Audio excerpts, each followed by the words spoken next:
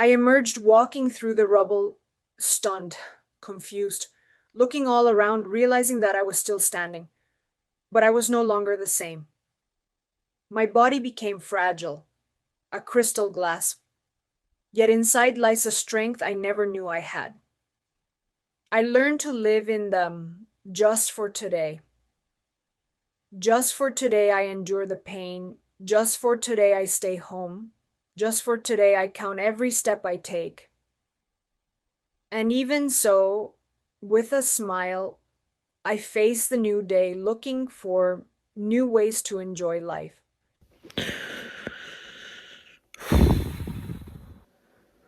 Vielleicht war's das.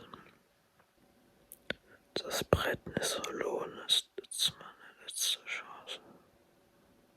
Ich bin absolut am Ende.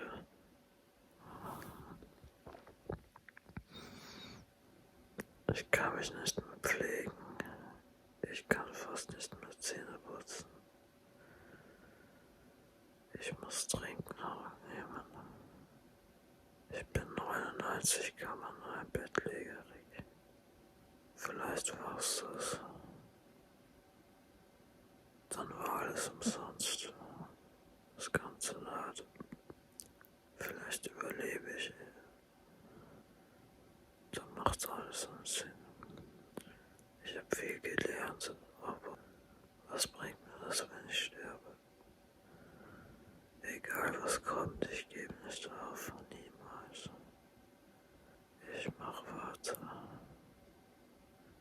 Mir kommt's vor, es gibt eine höhere Macht, die mich brechen will, aber das wird nicht passieren.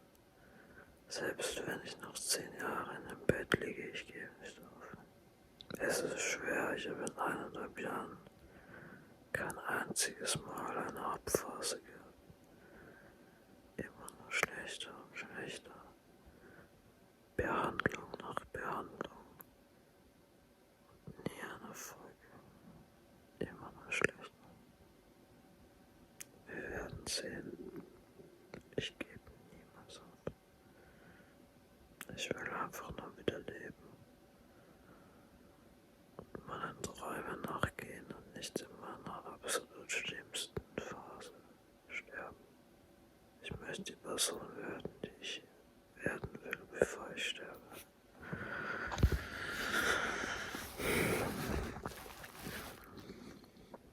Ich warte für Wunder. I was diagnosed with ME/CFS after mono. Days after my wedding, I crashed hard and we moved in with my parents. I was supposed to start my master's at ETH Zurich. Now I am bedridden 24/7. At my worst, I needed help to roll over, get short of breath thinking too hard. Couldn't spend the energy to scratch an itch. Here's how to support me. Read and educate others about ME/CFS. Donate to ME/CFS research. Donate plasma. Check up on me, but expect a delayed response or one from my husband.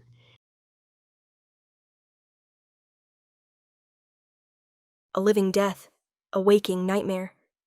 Those we entrust and pay to care have only delivered neglect and despair. No funding, no assistance, no awareness. Millions grow weaker each passing day, yet still no help is on the way. The CDC, the NIH, US Congress, and the SSA. Decades withholding life-sustaining support. Each May they pacify and pretend compassion. There should be a lawsuit, it should be class action. For the clinicians, I already fought hard to get here. I am permanently reducing my baseline to watch you stare at a screen, pondering who could pass me off to in the form of yet another referral. Don't tell me to find an expert. There are none available. Don't think I'm being lazy or willful when I ask for telehealth. Don't ask me to rely on family and friends. I have and they have disappeared. You are very literally my only hope in a world that is the size of my bed and getting smaller. I'm severe. The doctor that wanted to learn and help in the moderate phase has assigned me, bedridden and refuses accommodations in the severe phase. They say I should be in hospital. Hospital sends me home. How do we ever stop the cycle of medical neglect? A good day with severe ME is noticing all the micro beauties. The peaceful moments are small, tiny terrariums of blissful blips on a screen only I can see, when often bright lights drown the contrast needed to notice them. Written by Randy Russo, a human being living with severe ME. I live mostly in bed. The area around my bed is cluttered, untidy, even chaotic. It is also purposeful, valued, essential. Most of what I need day and night is within arm's reach. From ageless fundamentals like water to contemporary tech like the center for my smart home, I can survive, communicate, manage my life from this bed and the area around it. It works when I am more severe and cannot speak, read, listen. It works when I am more able and can participate in advocacy. It's my home. I'm a trans and queer Dravidian Malayali and a co-parent to 2 children and 5 animal companions. I'm severely and multiply disabled, chronically ill, predominantly bed and housebound, and an ambulatory power chair and rollator user. Long COVID further disabled me and transitioned me into severe ME. I'm no longer self-reliant and need caregiving 24/7. I'm isolated and lonely, my quality of life has decreased, cost of living has increased, and our family is under-resourced. With few options, I bear the unbearable.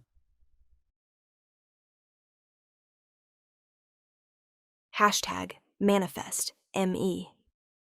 Imagine the most hushed, unrushed procession possible. Flocks of people with severe ME filling the streets on berths, bunks, beds, futons, beanbags, sofas, wheelchairs. Crash pads all, running on dreams and discipline. Tens, hundreds, thousands, and those who cannot leave the rooms they lie in. There with their walls around them, curtains drawn. Housebound, occasionally out. Bathed, unwashed, half-dressed, PJs or Sunday best. Some with bedpans or commodes, some with feeding tubes. Speaking, humming, silent. Eyes closed, eyes wide. All of us. No drums beaten, nor banners waved. Instead, see our bidding magnified on bedclothes, headboards, eiderdowns, and if the sun is out, scrawled all over the big blue, urging serious commitment to medical research, increased support, and being heard. We're too tired for a riot, and only up to rallying sighs. But a simmering rage is in the air. No more waiting. I haven't given up. I haven't stopped dreaming. In my mind, I'm still the driven person with big goals I've always been. Living with ME doesn't change any of that. Rather, it leaves it all trapped in my brain. I would do anything to get back to work again, but it's hard when the most important thing for me to do is nothing at all. When the best way to take care of myself is to not push. That might look like giving up, but it's really fighting with all I've got. I wish people understood severe ME is nothing like any other illness. It's simply like a medieval torture chamber. It's the exact opposite of life itself. It's losing your own self, being in between life and death. In my worst days, I experienced paralysis for hours. In my best, I managed to have a small conversation while being in pain. Don't close your eyes. We need your support. On a good day I shower in a chair. How I wish to run and play in the fresh air. Oh, the places I don't go. How does it not get one feeling so low? Somehow I feel less lonely. In supportive groups of others with ME, I feel for the lives that have shrunk, for all the constructive actions and thoughts not done or thunk. Thank you to those that try to understand, for the scientists and doctors who lend a hand. On a good day, I'm still stuck in bed, but I'm able to socialize with my loved ones for 20 minutes at a time. I have to take time myself to make sure I don't do too much. I can watch 20 minutes of TV too. I'm lucky that I'm not very light sensitive, so I can have the curtains open and look at the tree outside my window. I haven't been outside my room in months, but I get this glimpse of the outside world. I wish healthcare authorities were obligated to better support housebound patients. Doctors should have to and be supported in doing house calls or virtual visits for those who need it, and things like stretcher transport to the hospital should be accessible everywhere. Not being able to get out of bed should never be a reason to be denied access to a physician. No one should be stuck in a position where they cannot receive healthcare due to a system's lack of accommodations. Access to healthcare is a human right that many people with severe ME are denied. Severe ME is an inhuman prison. It traps victims in bed, cut off from the world in constant torture. If they feel a fraction better, enough to sit up or talk, they are cruelly punished with unimaginable pain. Days blur into years, systematically neglected by government and medicine. Patients are abandoned with no cure, no guidance, and no pain relief.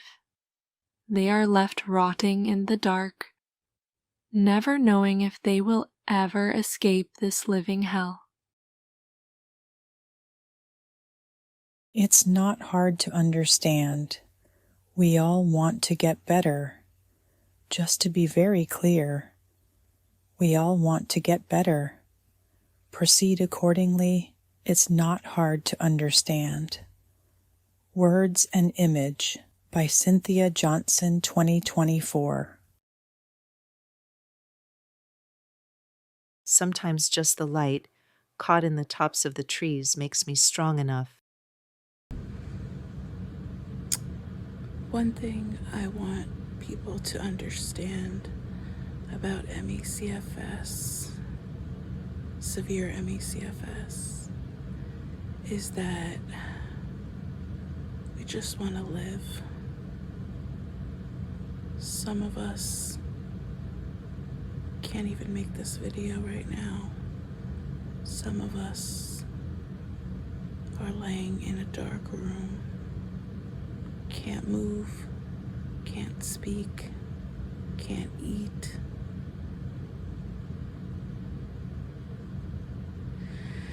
And everything, talking, everything we do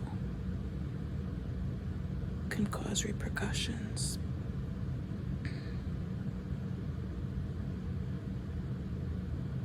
We have to think about everything we do. Should I do this? Or should I rest? Should I use, for me, some people can't even use a commode, but for me, I have to debate whether should I get up on the commode or should I use the bedpan? Should I brush my teeth or should I rest? Should I watch TV or should I rest? We just want to live and have emotions and be able to laugh.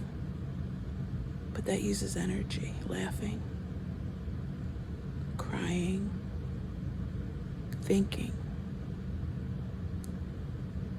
And that's all we do is think. And it's so hard. I wish doctors didn't provide harmful advice, dismiss us, and invalidate us. It would be better for them to admit, I don't know. I want people to know that even the emotion of joy can be harmful to me. I want people to know I am not choosing to be confined to my bed. I want insurers to know they cause us harm and this is not acceptable. They have an obligation to do better.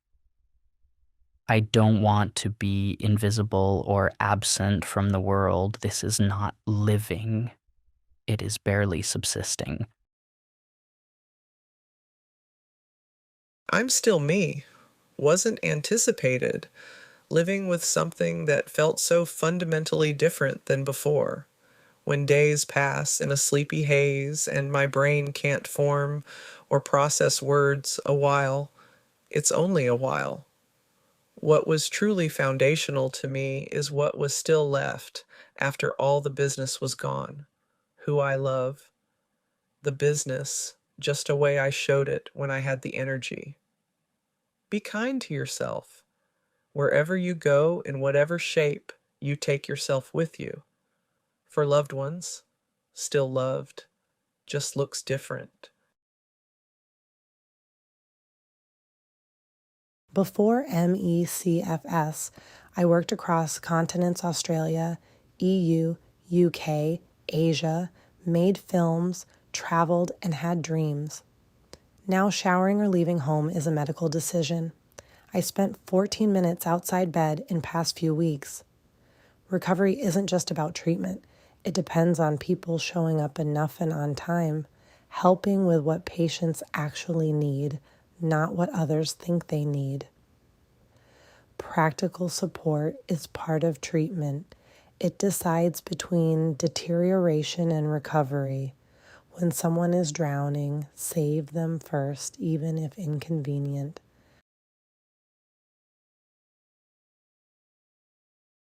You taught me that sick people get a lot of attention, but I haven't seen you or anyone I'm close to in years. You don't try to call. You don't try to write. You know I'm suffering, but you ignore it. I am almost fully alone. So where did you get this notion that sick people get attention? Because since I got sick, you and the others don't bother with me. Caretakers make the world go round. My caretaker is my long-term partner, and he's been taking care of me ever since I got more severe.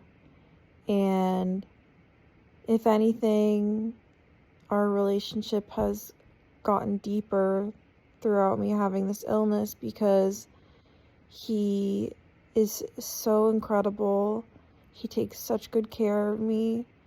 He goes above and beyond and out of his way to do things that make me feel more comfortable, and I truly believe he would do anything for me. And it's the simple things too, because of course, he needs to bring me food and, help me bathe and stuff like that. But it's the small things, like he takes off my compression socks and he rubs lotion on my legs, and he comes and tucks me in at night with both of the blankets that I use, and he will just randomly come in to the room to check on me and give me a kiss on the forehead. It's just, I feel like this, if anything positive has come out of this disease, it's shown me that my partner is truly the most incredible, loving human of all time. And I know that his role is not easy. Being a caretaker, especially being a caretaker for a loved one, is not easy. But he does it, and he puts on a smile. And of course, there are times where it's hard and times where it's hard for both of us. But I could not imagine my life right now without him. I don't know how I would survive.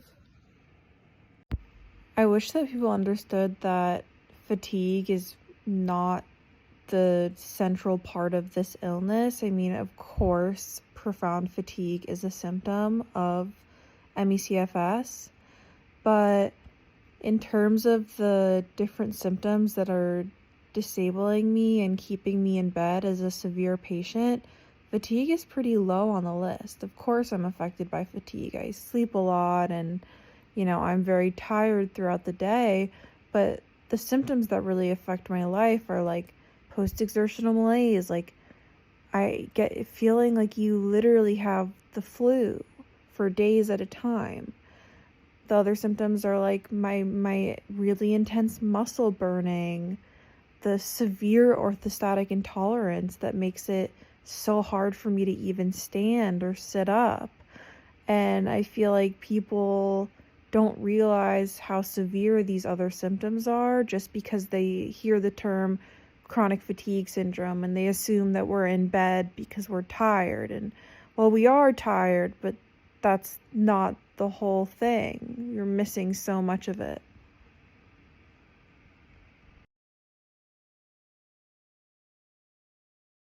Severe ME confines countless people to dark, silent rooms for years, isolated from the outside world and deprived of appropriate care, recognition, and support. Over 12 years, my illness has progressed from mild to very severe, leaving me completely bedbound and dependent on others. My deepest gratitude goes to my mom, my caregivers, and everyone who stayed by my side, while those who faded from my life taught me how easily illness can make someone invisible. I wish people understood about severe ME/CFS was that our limits and abilities change from day to day. What I could do one day doesn't mean I'll be able to do that again or do it consistently. We are working with ever-changing limits and abilities, and if you find this frustrating, imagine what it's like living with it. Severe ME/CFS feels like constantly walking on eggshells with my own body. One wrong step and everything can shatter. Severe ME/CFS feels like being in a different fabric of reality within the world, but where time is stopped, and I'm stuck in a world of unimaginable suffering with no way out. Severe ME/CFS is watching your world shrink to 4 walls and grieving a life that is still happening somewhere outside your window.